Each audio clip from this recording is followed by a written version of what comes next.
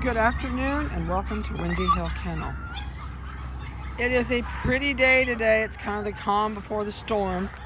They said they were supposed to have a really bad, yucky weekend. So we brought Sandy's kids out here so they could come out here and play. Everybody's going to bark at me because some of the dogs can see them.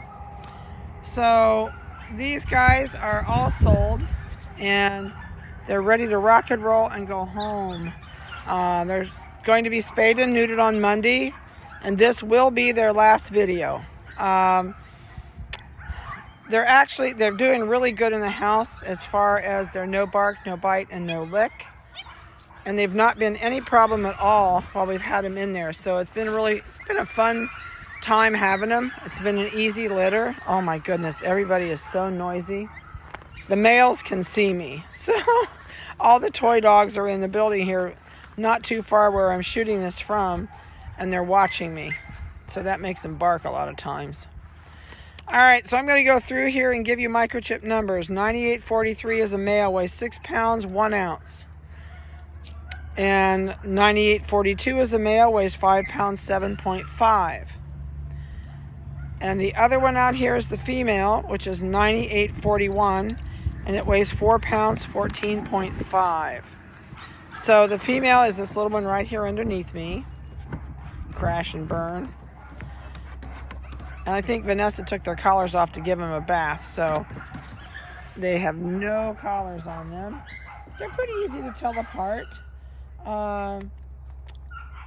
The one male has a lot of white on his face, and the other male has a little bit of a big white chest, and a little bit lighter, and a little bit of white on the nose. So they're pretty easy to tell apart. These guys are doing really good in the kennels. They're not barking.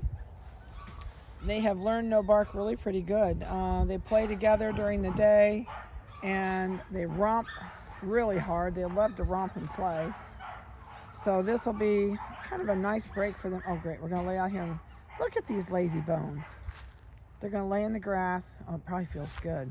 I know they were up playing for quite a while this morning, and we've had people here. So it might be too that they're getting to the end of their activities before it's time for nap, because they're certainly lazier bones than they were about 2 hours ago. They're going, oh, this sun feels so good. I can't believe this. They're going to eat grass and walk around. Here we thought you guys would run and play and be super active. Oh, they got a leaf. Yeah, you can tell when they start getting tired, they lay around more and they'll chew on something or chew on each other. They've got a leaf in their mouth. They're trying to get away from each other. So when you go home, a couple things is if you can use a normal adult voice with them and try not to use the squeaky baby voice, you will be so much better off. The squeaky baby voice only has one good time that is good to use it. And if you have a big backyard and no fence, they will not run away from you at this age. It always amazes me. People walk into my house with this giant leash and a big buckle, and they were ready to strap that sucker on these puppies so it won't run away from them. I can come out here. The only reason they're in a puppy pen is I got to keep track of them so I can shoot the video. But I can turn them loose. I can walk them all over the top 8 acres up here. Nobody runs away. They might run maybe 10 foot, 15 foot, and all I have to do is chirp and do that. He says, yep, what do you want, Mom? There we go. See what it does? Brings them right back to you, which I probably shouldn't have done that. But anyway, they know that chirp, and that's always a happy time. They're going to get petted and played with. And it can be the same thing at your house. The other thing is if you're ready to go in and they're not, you can do the chirp noise and then use the squeaky baby voice and say, come on, let's go. You know, I'm not going to do, oh yeah, he looked up at me like, what's she doing? And then clap your hands and head for the house and, you know, make a big deal that you're going to the house and maybe have a treat in your pocket. You'll find that a puppy that is very much food oriented is an easy dog to train. So if they clicker training is also awesome to do.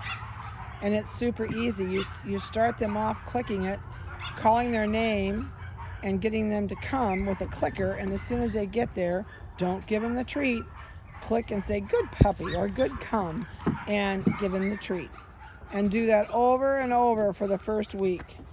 Then that puppy's going to understand, oh, when there's a clicker, I get a treat. And if it's a food-oriented dog, he will always fly to you.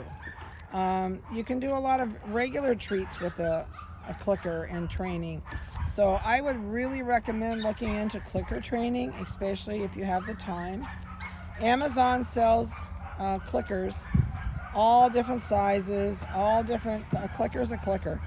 Buy the best deal, and sometimes they have a package of 6 for like $12.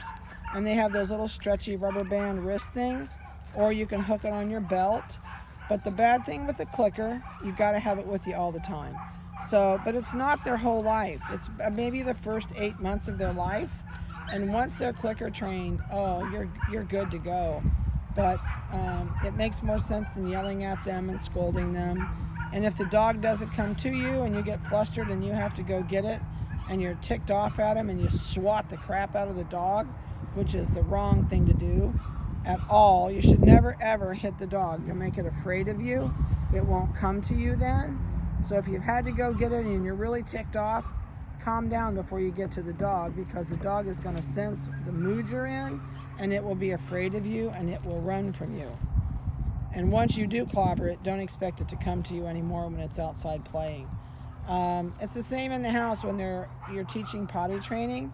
If they potty on the floor, don't swat them. Don't rub their nose in it. Don't scold them, because they shouldn't have been running loose in the house. If they have to potty, they should have been outside first and pottied, and then let them out, play with them in the house. If they play very hard for very long, take them back out and let them go to the potty. They might have to piddle by that point. So, but it's super easy. It's just not something to get angry with, because it won't get you anywhere with this dog at all.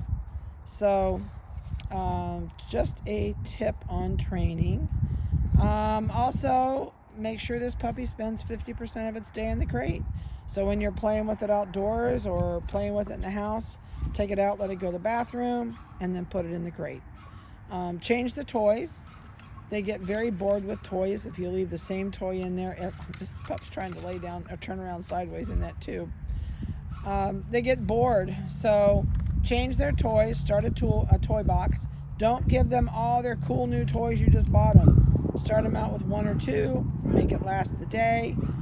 And then change the next day. Give it new. They love this. They're making it rock and roll. And that's just a simple piece of field tile is all that is. I've got a real long one, but I'm not sure where it is. Oh, I see, it's in the garden. So these guys, like I said, are going in on Monday. That'll all be done. And then they're ready. He says, what are you doing? This is the blue-eyed babe. Said, oh, that was a klutzy mount through the box. Oh, now they're getting into the ornery stage. They're going to attack each other.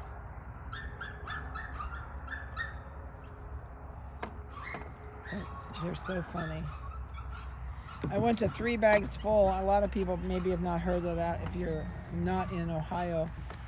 Some people started a consignment sale for children's stuff. And you have to pay to get in the first couple nights. It was $25 to get in the first night, and there's hundreds of items for sale. And I didn't make the first night, and I went to buy some slides and some things that I had seen advertised, and I missed it. But I'm hoping to find one more little tyke, and so we're going to go. There's another 3 bags full coming up in Westerville, and I bought the first night ticket so I can get in and see what's there before everything's picked over. Most people go there to buy clothes or toys, and it's a great place to buy really, really cool things at a way discounted price. I had never been to one, but I decided I gotta start looking for some more little kids stuff. So if you have a little tumble or a slide like this and you want to sell it, call me. I'm looking. I'm hoping to find a little tyke for toddler slide set that has like 3 steps up, and we're going to modify that so puppies can climb up, and then they'll slide down the other side of it. So I'm hoping to find one of those. And I was trying to look up here. His eyeballs are beautiful. He says, nope, I'm looking at your feet. You're not moving.